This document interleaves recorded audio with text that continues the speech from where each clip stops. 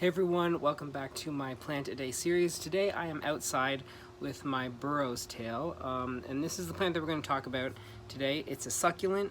It's one of the more interesting succulents, I would say. I'm not a big succulent guy, but this plant is definitely one of the more beautiful ones that I have.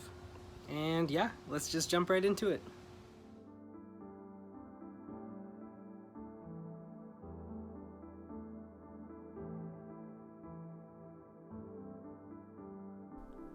This plant is Sedum morganianum, commonly known as donkey tail or burro's tail.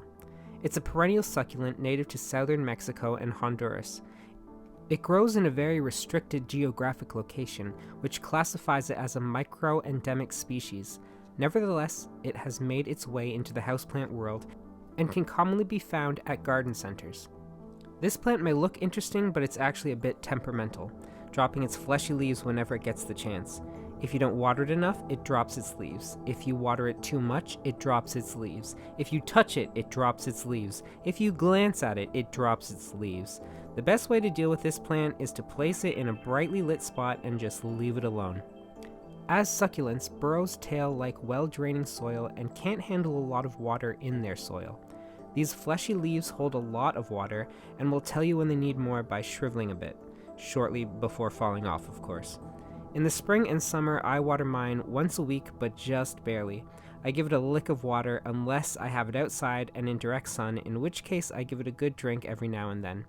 During the winter, I water it once a month, if that. Again, keeping an eye on the leaves to see when it needs to be watered. Like any succulent, this plant needs a lot of light. While most websites and care guides say that they prefer bright, indirect light, I keep mine in direct sun and have been rewarded with crazy growth. I'd say that if the leaves fall off when you have yours in direct sun, try moving it to a more indirect light area.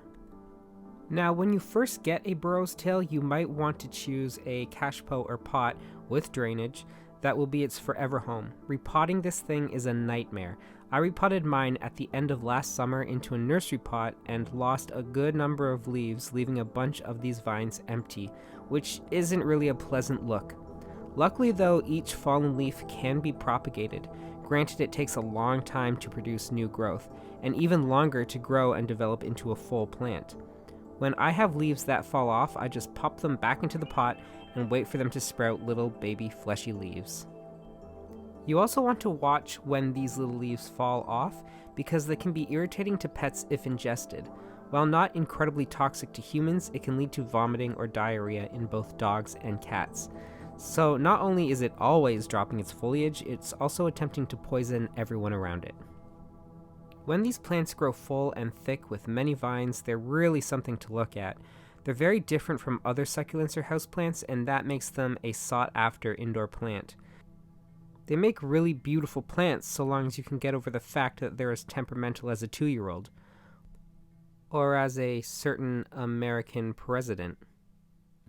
Thanks again for watching. If you're new to my channel, I post plant videos on Monday, and on Friday I post videos about writing or reading or photography or whatever interests that I have. As always, you can find my social media links in the description below.